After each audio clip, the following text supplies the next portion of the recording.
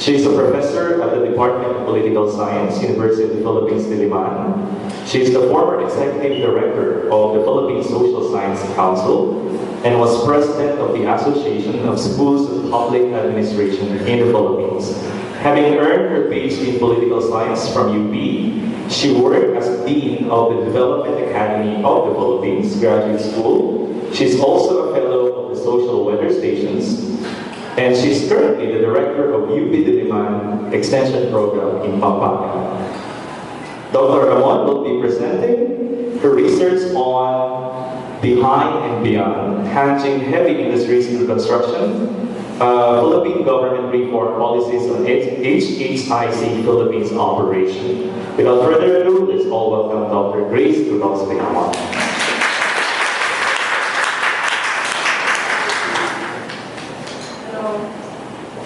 Hello, magandang umaga po sa inyong lahat. First and foremost, I am not the sole author, actually, of the research.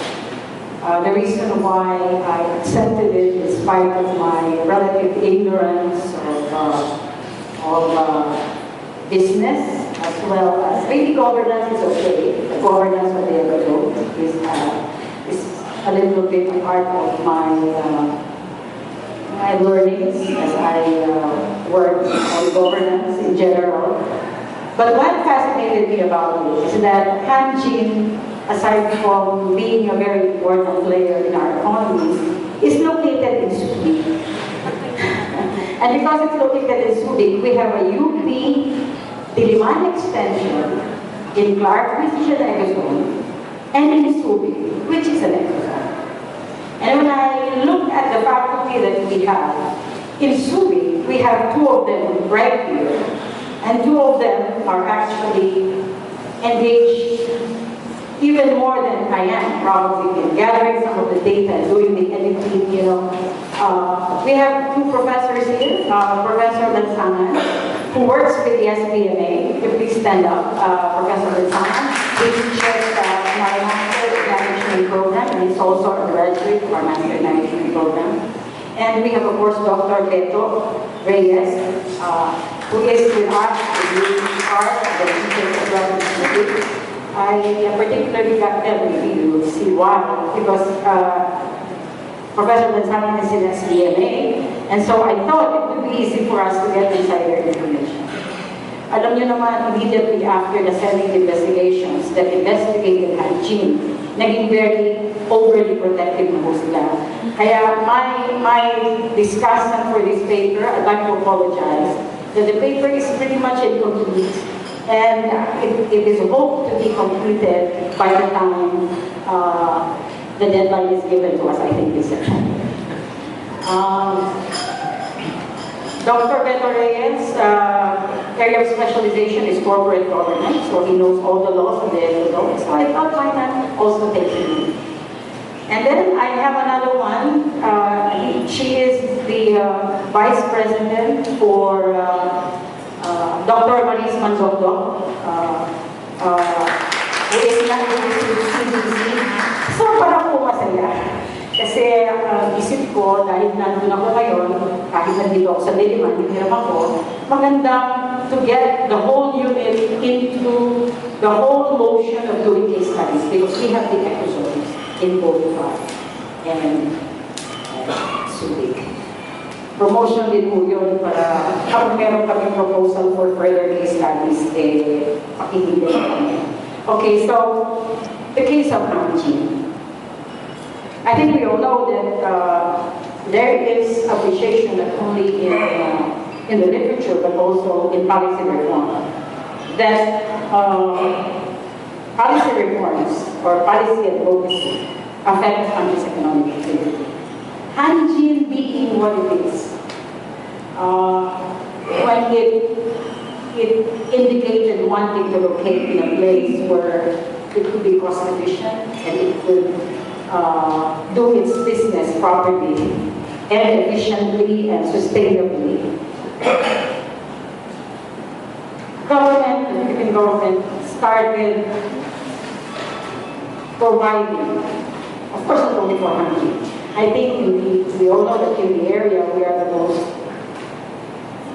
open, the most generous, the most hospitable to foreign investments. And because of that, during the time of Arroyo, we all know that a lot of incentives, a mix of all the incentives that began from the time of Fidel Ramos,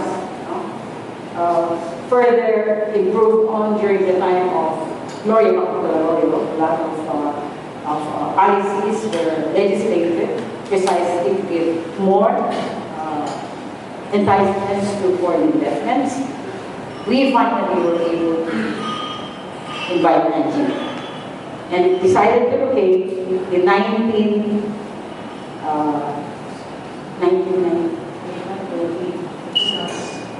2006. So when I makakalimutin na, I'm 62 years old. Oh, I shouldn't be doing it actually. Nancy should be doing this. I think I'm too old for this. But anyway, so finally, Hanjin located in 2006. So I'm here to present to you the reform policies that actually were instigated so that we can move the largest shipbuilder, one of the largest shipbuilders in the world. We know that Korea was catapulted into being one of those who are ahead in the shipping business in Korea. And because of it having located in the Philippines, it has brought the Philippines and put the Philippines as the fourth largest shipbuilding country that had really somehow affected our economy by way of first us being the largest exporter of ships. Of course, it's not owned by us; it's owned by the Koreans. But it placed the Philippines as the fourth largest shipbuilding country and caused us to have at this point in time employment of as much as 35,000 laborers and employees. Okay. The following will set the main theme and general directions of the study. And these are the questions that we mean to be able to answer even only because I believe that each one of these can constitute one research project altogether. So what we're going to do in this first attempt at describing the case of Hanjin is to simply give you a mapping out of some of the issues and the favorable environment that we provided to locate in the Philippines. So what are Hanjin's considerations and expectations when it located their shipyard plant in the Philippines? Shipping and shipyard building are two different things. As we know, shipping had in the shipping business, because of the unanticipated oil prices, nagkaroon ng crisis in shipping. And we all know that Hanjin shipping did go bankrupt. Later on, you'll find out that it managed to insulate Hanjin shipyard located in Subic from this fallout. So the second one is what are the enabling and impeding factors in Hanjin's operations in the Philippines, including the roles played, of course, by the national government and then by the regulator, which is the Subic Bay Metropolitan Authority, as well as the local government. Maybe some things about how civil society also became a regulator of sorts, because they did make sure that the last of the workers in Hanjin was taken care of. What is the impact of Hanjin shipping's global failure on the Philippine operations? We're trying to explain why somehow that was not too compromised, and the shipyard is healthy and well, with a lot of orders coming from abroad.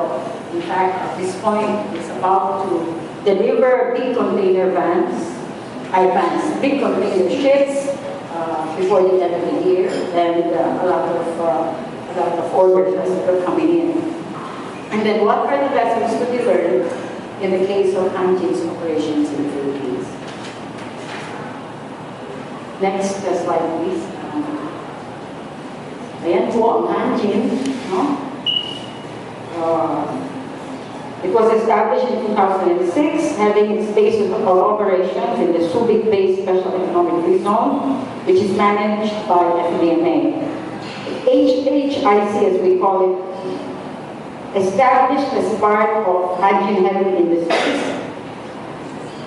and was envisioned then to be one of the largest shipyards in the world. Initially, it committed, next slide, it initially committed to invest $1 billion, which was later on increased to around $2 billion over the 480 hectares Redondo Peninsula, and currently has direct and indirect employment of at least 35,000. In 2009, as reported by the SBMA, the agency overseeing the entire operations of HHIC, the company contributed around $3.25 billion in annual payroll to its employees. Kaya yung leverage nila sa atin, napakalakas. There was a time when there was a crisis, all that the Korean ambassador would say to the government was, we will out, implicating, saying that you will lose all those jobs, and that is important to you. So, malaki leverage nila. That is why we also, in return, gave them a lot of incentives. Today, with more than double its employment in 2009, just imagine the impact on local communities per capita income as more and more people are being employed. That can be the objective of other research. Kung talagang there is social uplift, what kind of things happened in the communities after most of their people were employed in Hanjin. Next slide, please. Masyado mahaba kung babasahin ko yung papel. Pero these are some of the impending concerns in the journey of Hanjin, what we encountered and what are the things that we learned from that journey. On the employment aspect, as a major construction company, Hanjin, Philippines is always faced with a lot of occupational hazards. If you remember in 2009, attention was called in relation to as many as 30 people dying in the shipyard. And an average of about 3,200 getting sick over the month. And so this merited the attention of the Senate, and therefore the Committee of Labor, Employment, and Human Resources Development called for a public hearing. So we got a copy of that. And so looking at the deliberations in the committee review, a lot of or validate suspicions that the reason why there were those deaths, 30 of them, and many accidents happening, is just because Hanjin wasn't complying with general labor standards. Shipbuilding is supposed to be a very hazardous industry, working in confined closed spaces, welding, grinding, in very hot places, using toxic and flammable materials. Lahat yan. Talagang yung itsura ng trabaho doon, grabe. So, it was found out that they don't, at that point, in 2009, they didn't even have a doctor in the site. They did not comply with the need for one doctor per 100 employees. They didn't have an infirmary. And then the designated hospital na kailangan, where anyone when there's an emergency, is actually 5 hours away. They had to take the raft so that they can go to the island. There is actually a hospital near the island, but the one who is in charge is St. Jude, which was which was 5 hours away. So it showed cracks in our monitoring, the labor department's failure to monitor compliance with labor laws. And also, meron pang nakupas sa mga deliberations that only are there hazards, there was also a lot of politics when it comes to the choice of the hospital. So all that politics that come in. So they are not insulated from it. In our recommendations, one of the things that probably we should that we are recommending is that we look on very closely, although ewan ko kung talagang ma-insulate natin ng ecozone sa politika. Okay, and then aside from that, there seem to have been some problems between the national government agency, which is the Department of Labor, as well as the SBMA. In the conversations, it looked like there was a lot of turfing. Gusto mag-spot check ng Department of Labor, spot check, and of course SBMA would say, we want to coordinate that for you. So there was problem of communication, there was problem of coordination, there was a problem of turfing. That probably is the reason why not much has been done at this point. But Lance tells me that because of this Senate investigation, kaya maganda rin yung mga Senate investigation, it calls attention to some of the things that have to be improved on. SBMA, I think, had directed, and the Department of Labor had directed, and they have complied. So they now have an infirmary, they now have doctors, but of course, some more monitoring has to be done so that we can expect more compliance. Okay, so that's in the area of occupation of inherent hazards and laws not being complied with in as far as labor is concerned.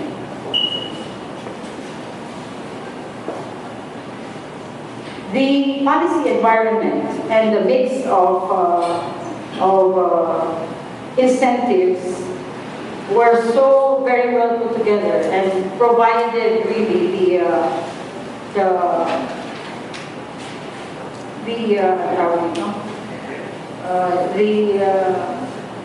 provided an impetus for Hanjin to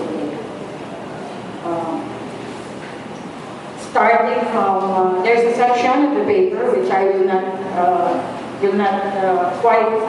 anymore discuss here, where we discuss all the policies, all the reform policies together that provided for fiscal incentives, non-fiscal incentives, as well as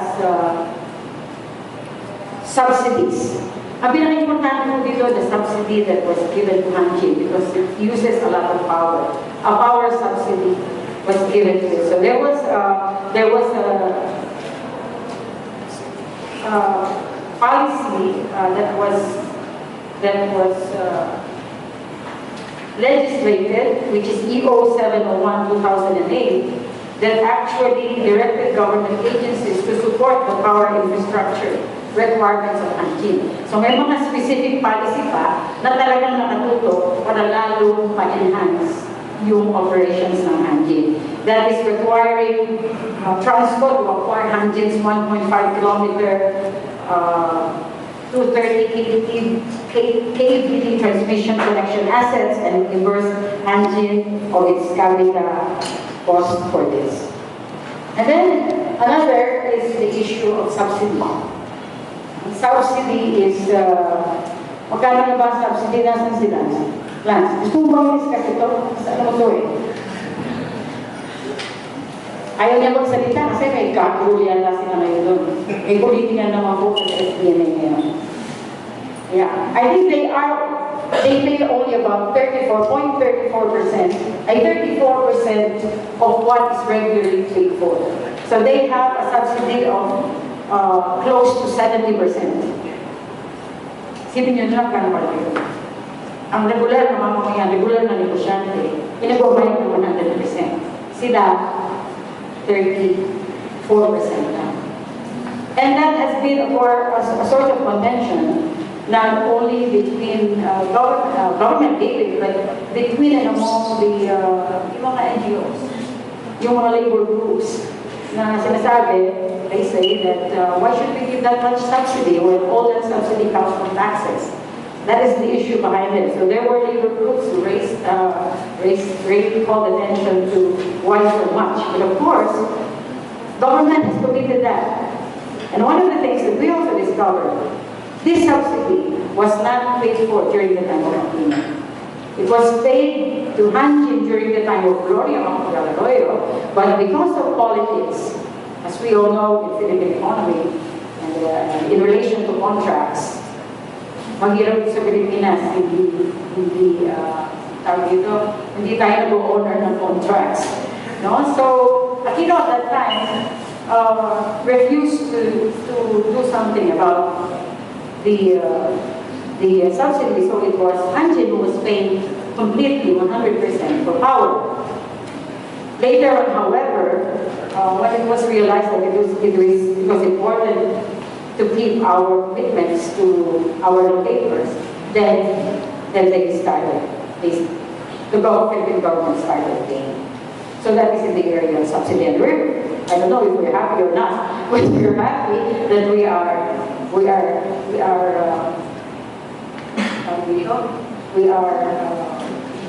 meeting our commitments to the locators.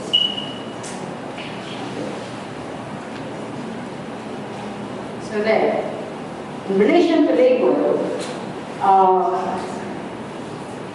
one of the problems why so many, this is this area that a lot of problems are arising. It is because of labor contractualization. There are accredited contractors that subcontract. So we all know that's why our own president is against labor contractualization and is against ENDO. And I think some of these subcontractors also do ENDO, so that they don't have to pay benefits that are due the workers. So the implications of that in terms of transfer of technology or enhancement of the skills of workers, that is pretty much compromised, because you have to remove them after 5 months and then you have to recruit again. So the whole idea of labor contracting has become actually. Now, for recommendations, on account of all these things that both government and Hanjin had faced in this journey, may I have you give the recommendations. 5 minutes lang. Good afternoon. I'm Engineer Nasan of UP Extension Program in Subic, who used to work also with the Subic Development Authority.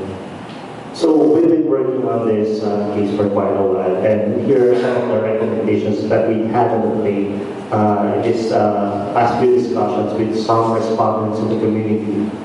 So first, on labor contractualization mechanisms. Recently, the Department of Labor had issued an executive order limiting contractualization in the country, which is Department Order 174 of the Department of Labor, which sets more strict guidelines on labor contractualization. So, for this to be in full effect, the national government, especially all those in ecozones, should strictly implement and monitor the implementation of such guidelines. But on the long term, it's but proper that the national government should take a look into the actual amendment of the existing labor law of the Philippines, wherein strictly they will fight contractualization, which is most labor groups are fighting, especially for those that reach out to the president. Labor contractualization is something that has to be addressed not only in this country but in other Asian countries as well. Second recommendation is that on non-compliance or violations by ecozone locators, not only Hanjin, it's just a big part of the pie contributes with some of the violations, but still communication between government agencies as well as the locators is crucial in order to address occupational safety and health hazards. As a temporary solution, as a matter of fact, the agency, the Superior Metropolitan Authority, created its own regulatory monitoring unit to address this concern. So instead of just Dole monitoring, SBMA, in partnership with Dole, addresses compliance concerns of all locators, not only Hanjin. Third, what was stated before, one of the leading concerns of Hanjin is its reputation with its main counterpart in Korea, which is Hanjin Shipping. Despite the global financial collapse of its counterpart, which is HHIC Shipping, in order for Hanjin to continue, the Philippine government, as well as the ecozones, continuously implement policies to entice these companies, not only Hanjin, but other major players in the country today, to expand and enhance more its investments. I'm not so sure if this has been taken with other ecozones, but the thing is, one thing that the Subic government doing right now is the mindset of an entrepreneur, wherein the government will be a part of the investments of its locators so as to protect the locators' interests. Communication is another priority that should be looked into. Proper and strict communication with all the government agencies and the locators is crucial. Monthly monitoring, monthly coordination with the stakeholders is another thing that should be considered. And on the delivery of the commitments to locators, changes in administration is a bit of concern. But with ecozones, with the policies being put in place by the board of these various ecozones, policy, I think will play a big role in this one as to the continuance of all the incentives being granted to all of these ecozone locators. And lastly, for these locators, especially in this case, our Korean investors, to further progress, the general recommendation is that the government should live and comply with its commitments, continuously enhance the business environment through continuous meeting or communication with stakeholders, while ensuring compliance of these locators to our laws, and at the same time protecting the interests of all its stakeholders. So it's a continuous study, and several cases will be brought up by this case of Hanjin. And throughout this study, I think in the next discussion, this will be further. Thank you.